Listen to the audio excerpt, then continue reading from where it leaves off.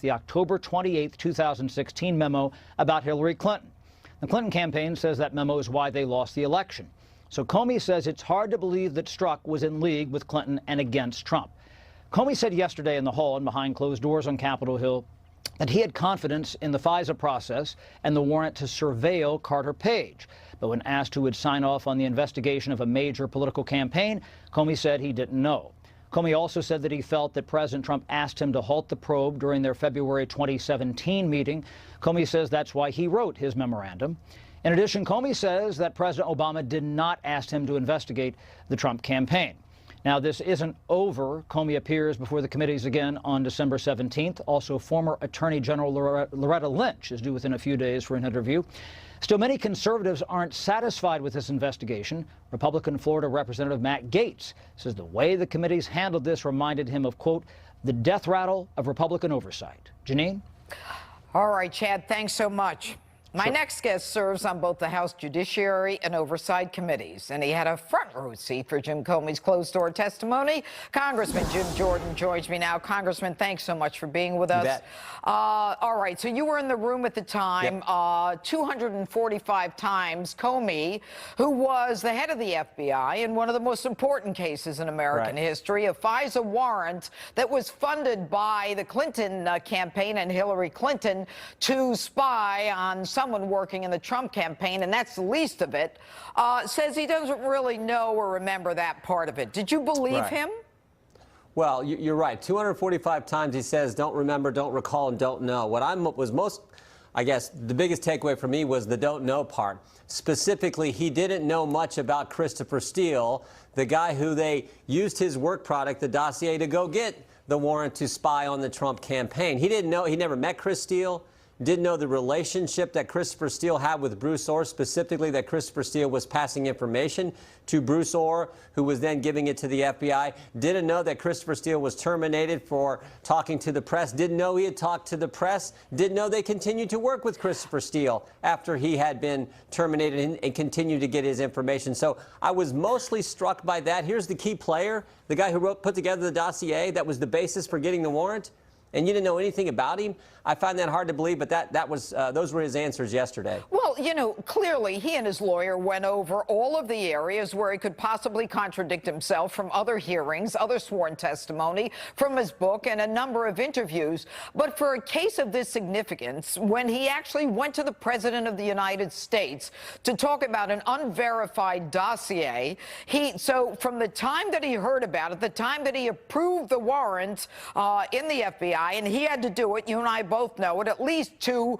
if not 3 or 4 times. He goes to the president, talks about it, and never says to his staff, gee, where do we get this from? Who's this guy, Christopher Steele? You and I both know from the public information that Christopher Steele was paid by the FBI for other information. He was a confidential informant. I mean, is there any way to get this guy in any kind of jeopardy for perjury and lying?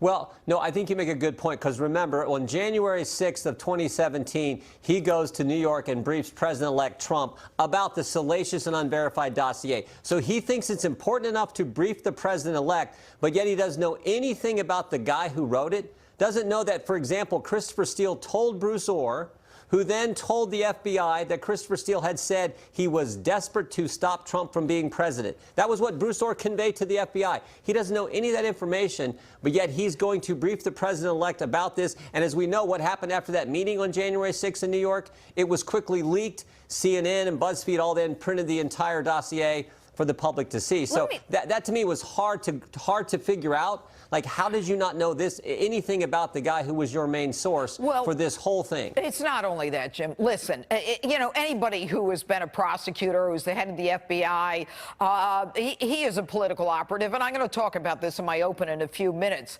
But I guess one is left with, Jim, and this is nothing on you because you fought so hard, but one is left with certain questions like, will the Clintons ever be held accountable? Will Jim Comey, who decided to, and who was insubordinate, according to the Inspector General, by jumping into the Attorney General's shoes and saying, I'm going to exonerate her, no prosecutor would try the woman, is he ever going to be held accountable? Are the Clintons? What about the Russia collusion? You guys, with all due respect, to get to this guy now, 2 or 3 weeks before the beginning of the year, I'm embarrassed for you. No, I really am.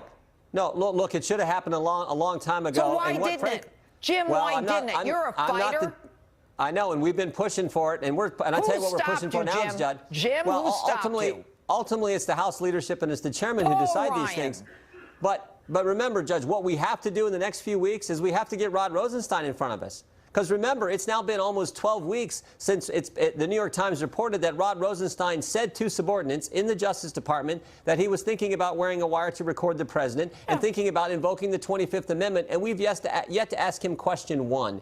So that's the most important thing, in my judgment, over the next 3 weeks before this Congress ends, is to get Rod Rosenstein in, just like James Comey was yesterday, and ask him those questions. Do it. You guys come on and you talk about it all the Trust time. me, And Jim, you know I love you, but enough of this nonsense. The American public has had it with you guys. Trust me, look, Mark Meadows, Matt Gaetz, and I are pushing to get that done. We are pushing every single day to get that done. But we can't issue the subpoena.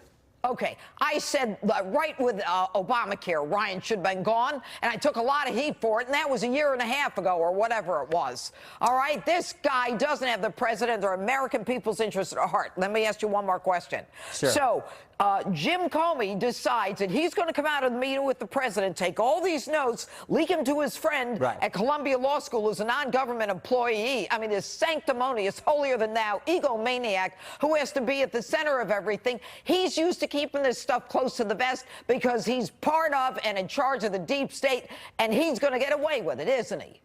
Well, we'll see. One of the things that did happen yesterday, too, is I asked him that meeting when he had with the president in February, where the president says, could you see your way clear to make sure Mike Flynn is okay? And Comey goes back and he memorializes that, becomes part of the Comey memos. He then has a meeting with his top people, McCabe, Baker, his top people. And I asked him yesterday, I said, why didn't you, if you're so concerned about this, you have to memorialize it. And as you say, Judge, he later leaks it to Daniel Richman in the New York Times. If you're so concerned about what the president said, why didn't you share it with the Attorney General? Why didn't you share it with the top law enforcement individual in our government? And his answer was, oh, well, we thought Jeff Sessions was going to be recusing himself at some point. So what? He hadn't recused himself at that point. He had not. And like, share that information. But I think it points to Comey, the same way he handled the Clinton investigation and took it away from Loretta Lynch. He and his cabal at the FBI, they were the ones in control. They wanted to keep this information tight. He wanted to create a record to promote this idea that there may have been some obstruction. I don't think there was, but I think he was trying to generate and create this and didn't share it with anyone at the Justice Department, the top people in our in law enforcement in our government. Some sanctimonious, arrogant, condescending individual, and I know him. Not you. Congressman Jim Jordan, thanks so much for being with us tonight. You bet, Judge. Thank you. All right. Dan Bongino, Michelle Malkin still on deck tonight. So's my opening statement, and I'm teed off. But next, another man who was in the room as James Comey was grilled yesterday, Congressman Darrell Issa, is next. And he's leaving Washington at the end of the month, so he can't hold anything back. What's his take on this testimony? Find out next.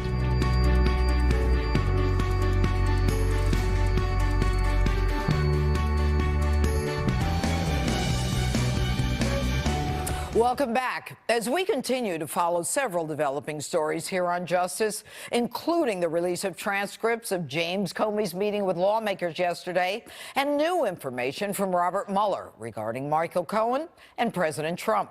Congressman Darrell Issa is up in a moment, but first, better late than never, my open. It's time for the left to fold up their fantasy tents.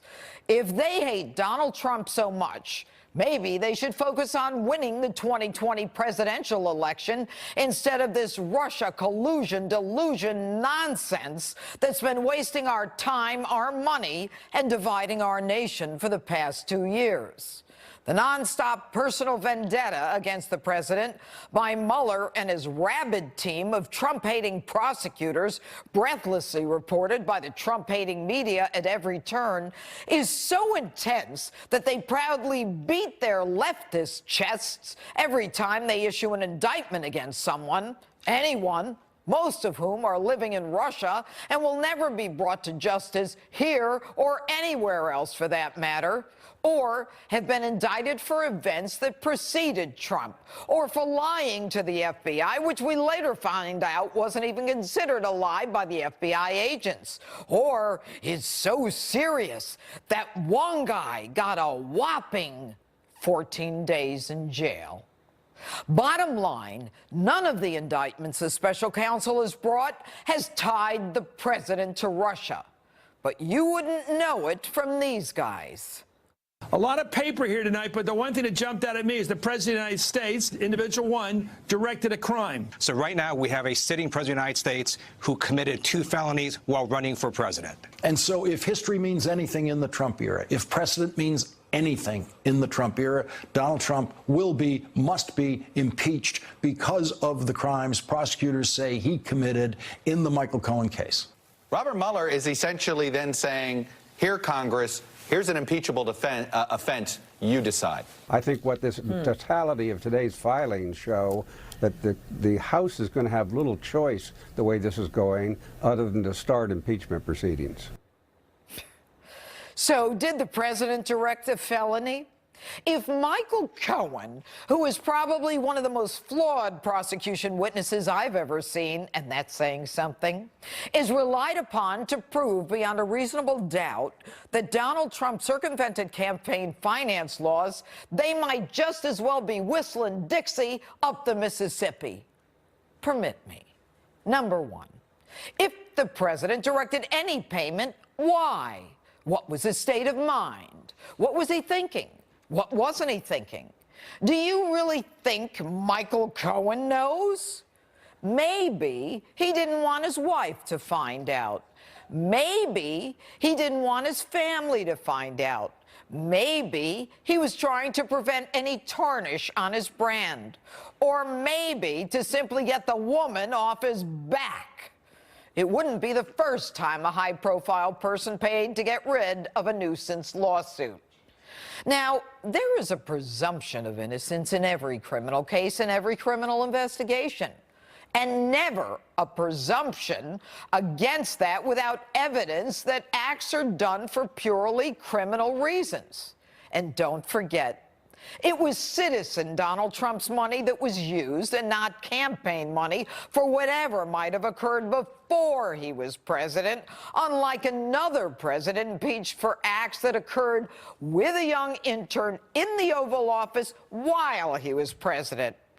And so far, 30 million taxpayer dollars for this nonsense. It's nonsense, especially because Barack Obama was in a position to actually do something about so-called Russian interference, but did nothing except to tell Putin to knock it off.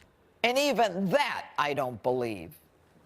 And as for the testimony of holier-than-thou Cardinal James Comey, the grandstanding political operative who believes the rules don't apply to him and who fought so hard to testify in an open setting, I'm left with only one thought.